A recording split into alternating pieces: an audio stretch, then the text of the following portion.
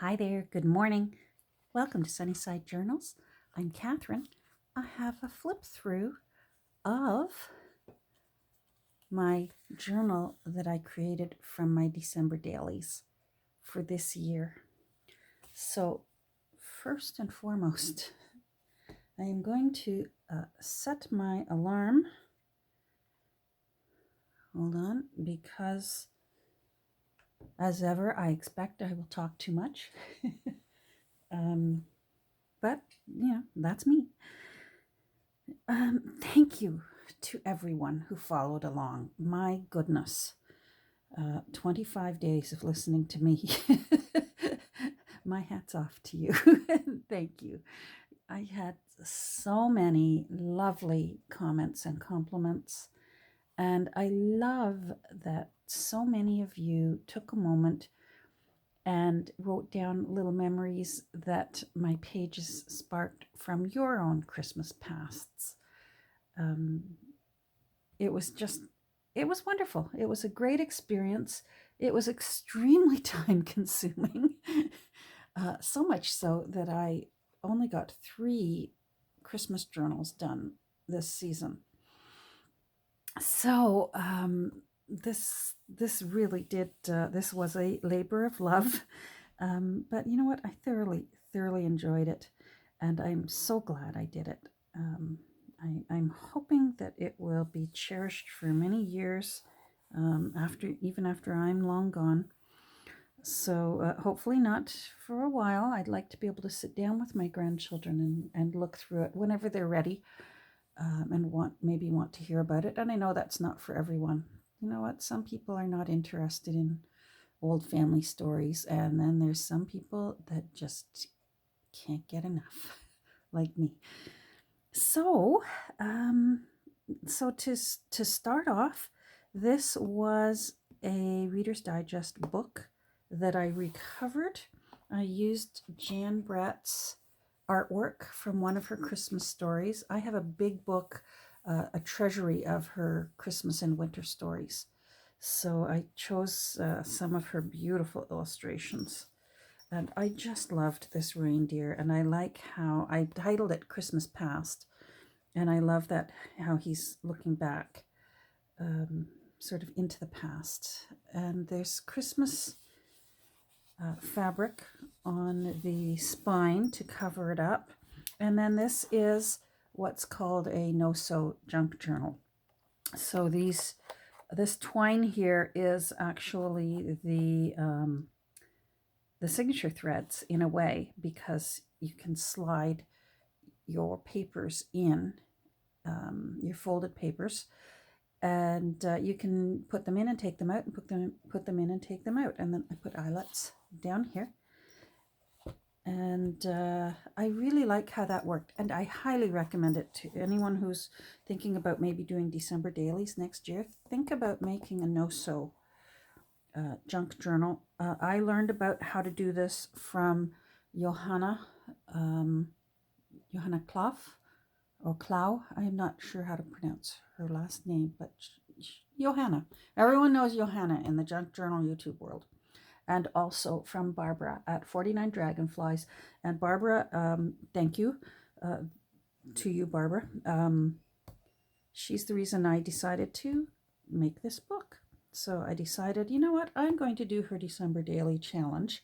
And then I decided I'm going to make a purpose for it beyond just, for my own artwork. And that's how I ended up with 2 lists. I had Barbara's challenge list, and I had my own personal challenge list. Barbara had collage challenges. And then I made myself a list of the stories that I wanted to be able to get told within all the pages of this book. And I think by the last 2 pages, I ran out of collage challenges from Barbara. They just weren't my style of artwork.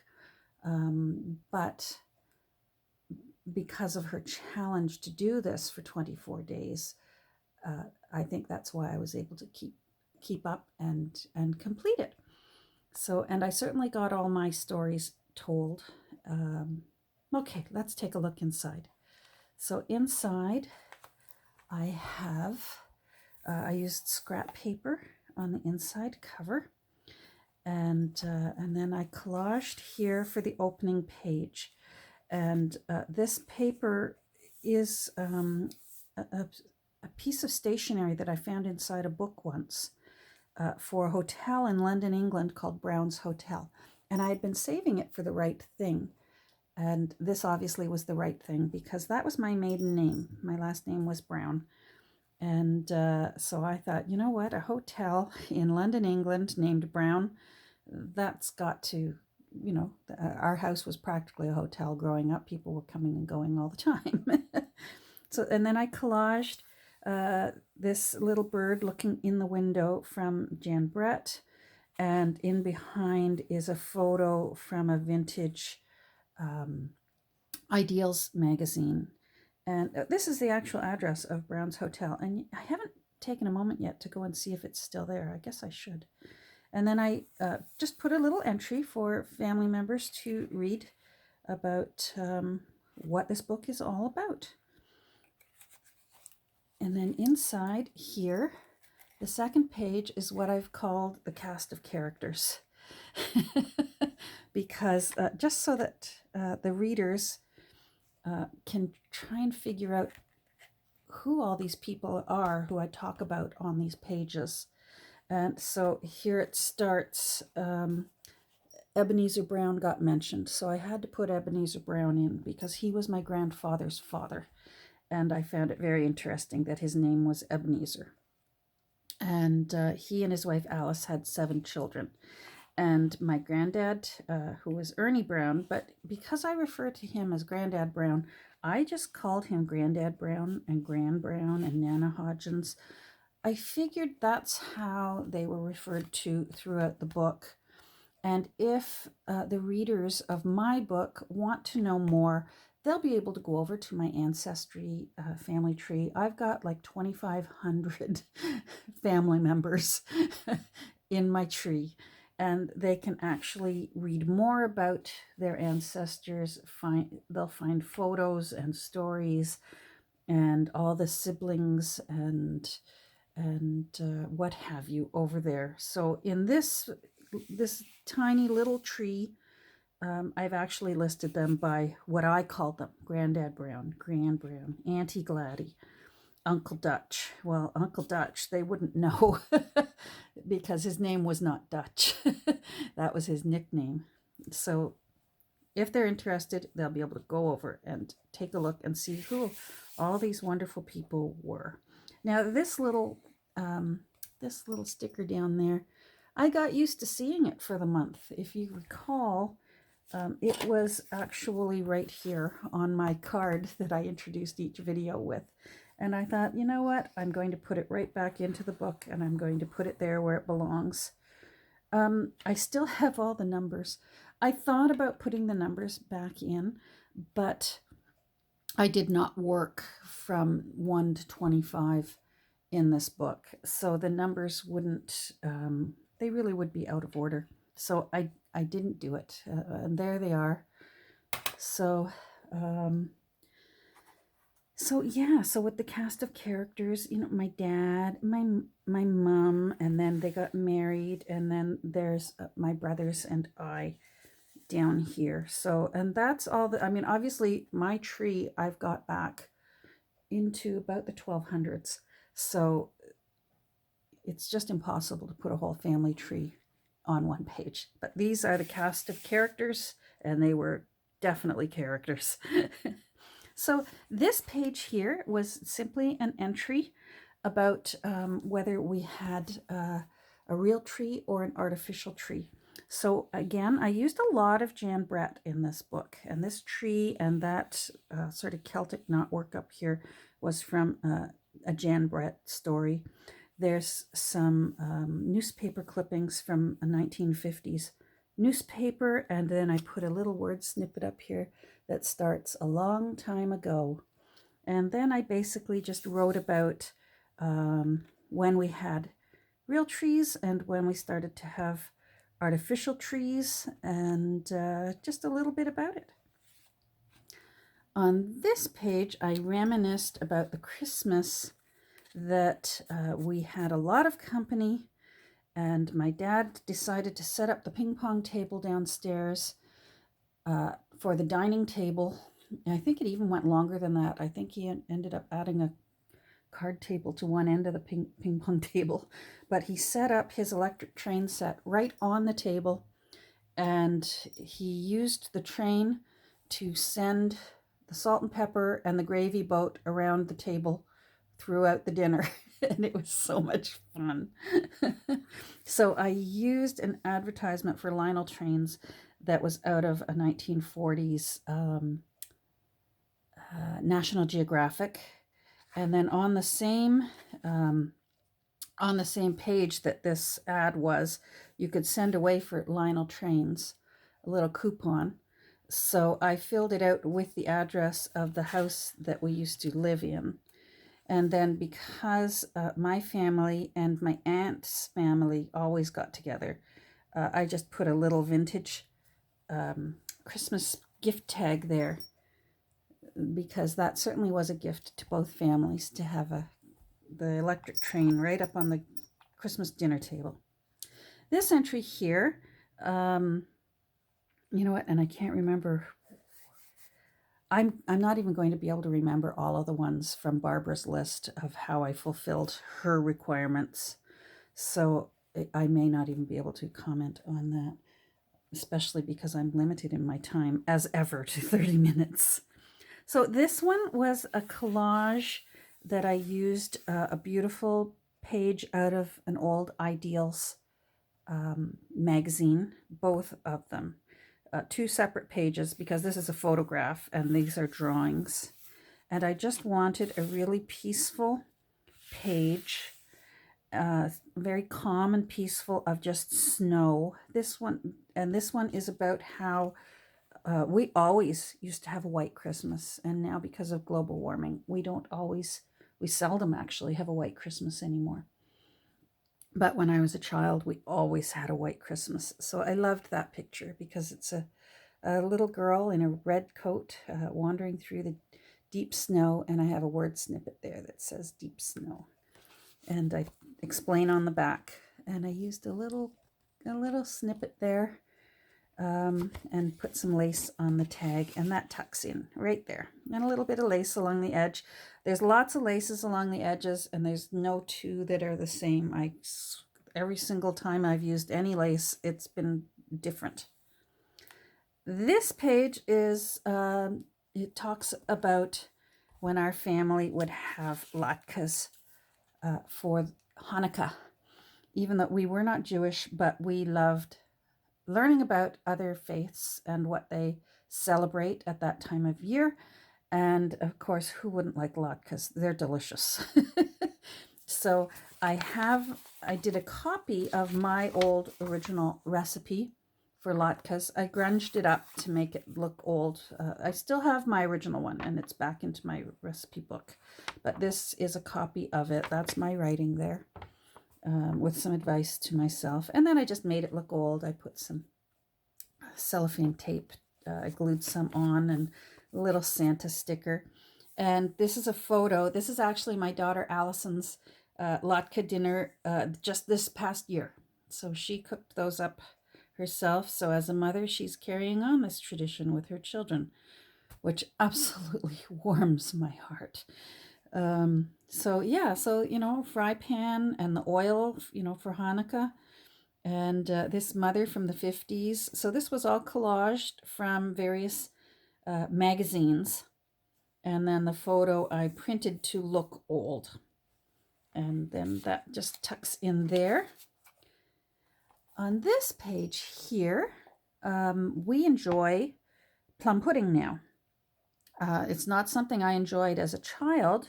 My mom never made plum pudding. Pardon me. But I learned to enjoy it as an adult, and I started making it for my family. And it was an important part of our Christmas tradition, plum pudding. So I wrote about it on this tag that has the Christmas carol, We Wish You a Merry Christmas, that talks about figgy pudding, which is plum pudding. And then again, I have the recipe here for my plum pudding. And I just loved this. It just seems so random. I love the Victorian Christmas illustrations. It's a dog wishing you a bright and happy Christmas. It's a dog. But we love dogs in our family. We've had many, many dogs and have many dogs in our family. So I liked how that worked out. And again, there's just a little bit of, a little mistletoe up there, and beautiful old masters of the women in the kitchen stirring the figgy pudding, because that's one of our traditions. It's good luck for the new year if you stir plum pudding. I did a lot of proxy stirring this year for everyone I love. I stirred that pudding. This page here is dedicated to Gran, my dad's mother. She loved having the biggest present under the tree. She was a big kid at heart, loved parties, loved celebrations, loved reasons for music and dancing and having fun with people she loved. And in fact, her birthday was on New Year's Eve, and she loved that because it meant every year there was a party on her birthday. And one year her present wasn't going to be the biggest one, and my dad still wanted to make it special for her.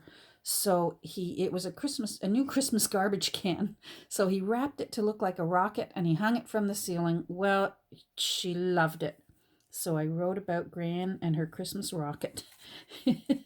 And then I used a Christmas card to make the frame, and a gold doily back here. There's some vintage wrapping paper on the back. And then because it was talking about her Christmas present, I used a Christmas tag here to talk about Gran's Christmas rocket. On this page here, I just thought I would, it's not finished. I'm trying to recall. It's just my own personal memorable gifts that I received over the years as a child at Christmas. But as you can see, it's not very long, because to me, I just have so many more memories of the people and the fun and the feelings and the food of Christmas were just far more important in the end than what I opened up from under the tree and from Santa. So, but I loved this little girl holding her dolly. Because for me, probably one of my favorite gifts to receive was always a new doll. I loved all my dolls. So I thought she was sweet. So she got to go there. And then this paper is actual paper out of my granddad Brown's own journal. So this is very old. I figure the best I can figure, the earliest entry in that journal, he always kept one, but there was only one that survived. And the earliest date in it was 1946. So that's old paper, and it was right out of Granddad's journal. This page was the page I recall Barbara wanted us to use 3 stickers. This is a big sticker. And so I backed it with scrapbook paper, and I used this sticker, and I created a pocket. And it was really lucky. I made the mistake of trusting that this sticker would stay down. And then afterwards, I realized, I should have made a pocket. Well, fortunately for me, I shouldn't have trusted it, because it peeled right off. It wasn't going to stick at all. So I was able to peel it off, make a pocket, and then glue it down actually with good glue. And I actually ended up with more than 3 stickers, but that's okay. I did the minimum of 3. And then I wrote on this little page about all the decorations that used to go on our trees. From when I was a child and for when my children were little. This is simply a page of some of my favorite songs. And I filled it, and I'm still thinking of songs that I love, so I may have to just throw in a loose piece of paper, because I've been listening to Christmas music, of course, for the whole month, and I keep thinking, oh, that's one of my favorite songs. That's one of my favorite songs, and it just keeps going. So this is a good start, but it's not all of them. This page was about our traditions for Christmas stockings, where we hung them, what kind of sock or stocking we used. So I cut out this illustration was from a page out of a book on written from the illustrator who did the Coca-Cola Santas, and it's for the A Visit from St. Nicholas by Clement Moore. Some people call it 'Twas the Night Before Christmas, and it's one of my bugaboos because that's not the title of the poem. The poem is A Visit from St. Nicholas. The first line is 'Twas the Night Before Christmas, but that's not the title. Anyhow, don't get me going on that. So I used some word snippets up here. The stockings were hung by the chimney with care in hopes that St. Nicholas soon would be there. And then I wrote about all the different stocking traditions on the back of this postcard of the two little children looking through their Christmas stocking. This page here that I tried my best to make it look like a dinner table using a napkin is about table gifts and our family's tradition of having table gifts. So, and that's a photo of the only table gift I think still exists from all the table gifts from over the years. That one still exists, and it goes on my tree every year. This page is about our family trips down to Honest Ed's, which was a bargain house down in Toronto, and how much fun we had going to Honest Ed's. And that's actually a flyer that they used to run weekly in the Toronto newspaper. So that was my numbers challenge from Barbara. So, and I thought, whoa, look at all those numbers. Met that challenge. And then I made it look like I used corners from a photo album. This entry is about how my mother's Christmas trees, when she was a little girl in the 30s, had candles on the tree instead of electric lights. So I used a calendar back here to say December. I used part of the leftovers of the calendar here to make a tuck spot. This is from a 1950s newspaper with an ad for Noma lights, electric lights. It's from the 1950s, I think. And then this is from an old reprint of a New York toy store catalog. And those are Christmas candles. On this page, I made a ruffle. I wanted it to sort of look like an apron, a lady's apron. And then the entry on this page is about my Aunt Shirley's shortbread and our tradition of making Aunt Shirley's shortbread, which is a little different than usual shortbread because it's made with brown sugar, and it's just utterly delicious. So this is from an old Better Homes and Garden, one of the binder cookbooks, the red checkerboard.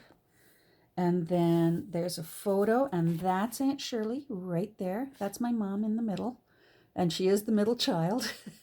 These two were younger, these two were older. And this recipe was Aunt Shirley's. And then I wrote all about how the recipe was passed down and how it's now probably third or fourth generation makes those cookies. This page is about writing to Santa Claus.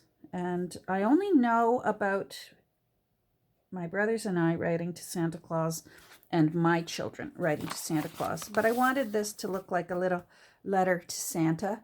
And my challenge for Barbara for this one was to include a postage stamp. So that's a vintage Canada postage stamp. And I wrote with my left hand. I'm right-handed, but I used my left hand to write that so that it could look like a child. And that really is the postal code for Santa, for his toy shop. And you can mail letters to Santa within Canada, and you don't need a stamp, and it will go to the North Pole. And then I wrote about it here. So there we go. Canada Post is wonderful about making sure that children's letters get to Santa.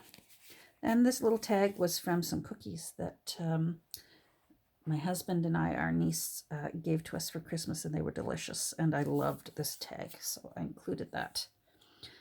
This peaceful page I collaged together from a much bigger page. It was huge, and I condensed it down, and I made pockets, and I just wanted it to look peaceful. Barbara's challenge was include a bird, so I included this little bird. And then I just wanted to talk a little bit about for when you have a sad Christmas. Usually most Christmases you're if it's sad, it's because you're grieving some kind of a loss, whether it's the loss of someone who's not there anymore at Christmas, or other kinds of losses, divorce, job loss, moving, and you're sad that you had to move. That's a loss. And I just wanted to write about my first sad Christmas, and that it's okay to be a little sad at Christmas, and that they do get happy again. This entry here is just about what as a child, for me, what we ate for Christmas breakfast. And that was always tea and mincemeat tarts so that we could get to the gifts. I'm going to run out of time. I'm going to need to do part 2. Oh, well.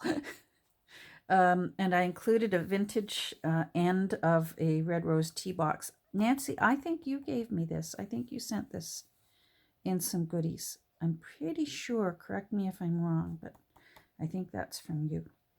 And so I included, and then I had this little vintage calendar from 1965 for December. So I thought that was fun. And again, more lace wherever I could. When I had lace on the edges, I sewed them on with my machine, and I left all the threads long.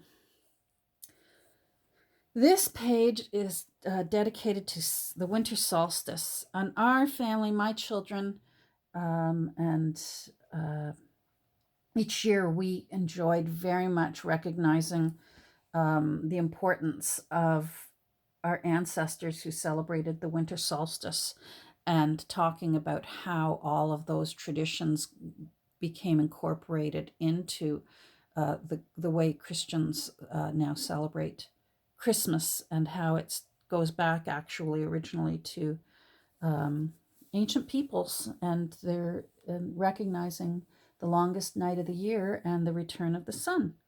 So I wanted to put in, greenery and the sun here, a big happy sun, and candles and little birds and animals. And then I put in some word snippets up here. And this one says, "Stars hung glittering from the great sky."